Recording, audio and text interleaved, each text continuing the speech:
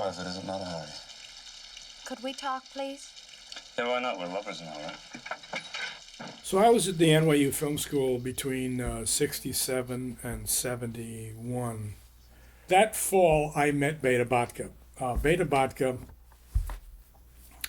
had got a visa during what we call now in retrospect, and we called it at the time actually Prague Spring. There was an expectation that you could have socialism with a human face. That was the term at the time.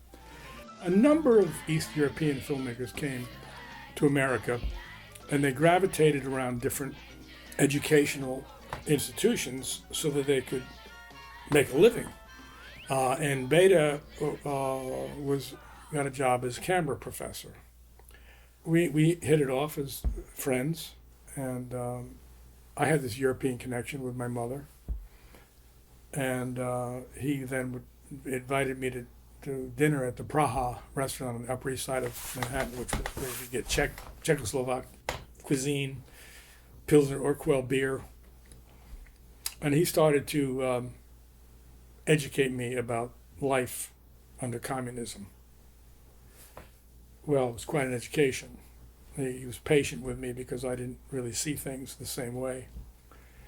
So I started my friendship with Beda, and he was such a consummate filmmaker. So that later on, when I made Verna, USO Girl at PBS, I called him to be my cinematographer. Now, when I did C-Marks a year earlier, I worked with Ralph Bode to be my cameraman. But I hired Beda to do Verna, so Beda came to me, came to work on the set with me in Germany. And then based on that experience, when I got around to doing my first Hollywood movie, I called him, and Beda shot Little Darlings, which was shot, as I said earlier, widescreen, 235, and it's a gorgeous looking film. Wow, he is great, great. What I'm most interested in the films I've made, no matter how much action and other stuff is going on, is this shot right here.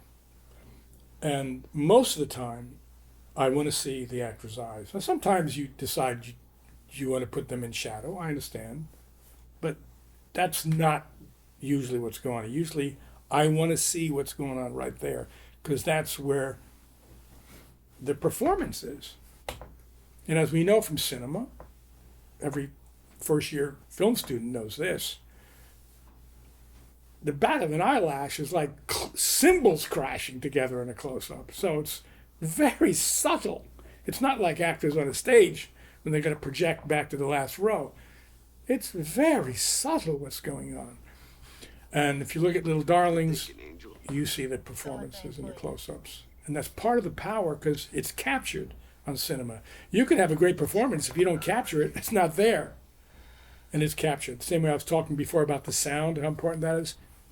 It's important, too, that it's lit in a way so that you can see the eyes, so that you're capturing the most finite feelings of the actor. And that I give a lot of credit to Beda, because that's how he filmed his movies in the Eastern European cinema.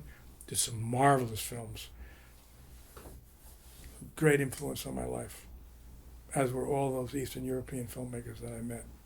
Not just in cinema, but in terms of appreciating that we're so lucky to be living in a free country. Hi, I'm Kathy Carter. Everybody calls her Carrot. I'm Sunshine. Angel Bright. Sounds like something at the top of a Christmas tree. When we were shooting the picture, we shot it widescreen, 235. After the film came out, I went to a screening in Hollywood of Airplane, and I happened to be sitting like right behind Steven Spielberg and his entourage, and we were introduced. And he said, "Wow, terrific movie! I really enjoyed Little Darlings." But he said, "Why did you shoot it widescreen? It was such an intimate picture."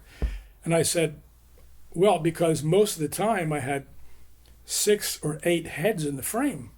And he said, it didn't take him like that. 1 second, he got it. He said, "Yeah, I got it." And of course, it's a matter of composition. Little Darlings is not an epic. It's not Gettysburg. But it's all about composition. When you had that many heads in the frame, the girls in the camp, it was a matter of composition. That's why we shot it 235. We knew going in that would be the best frame.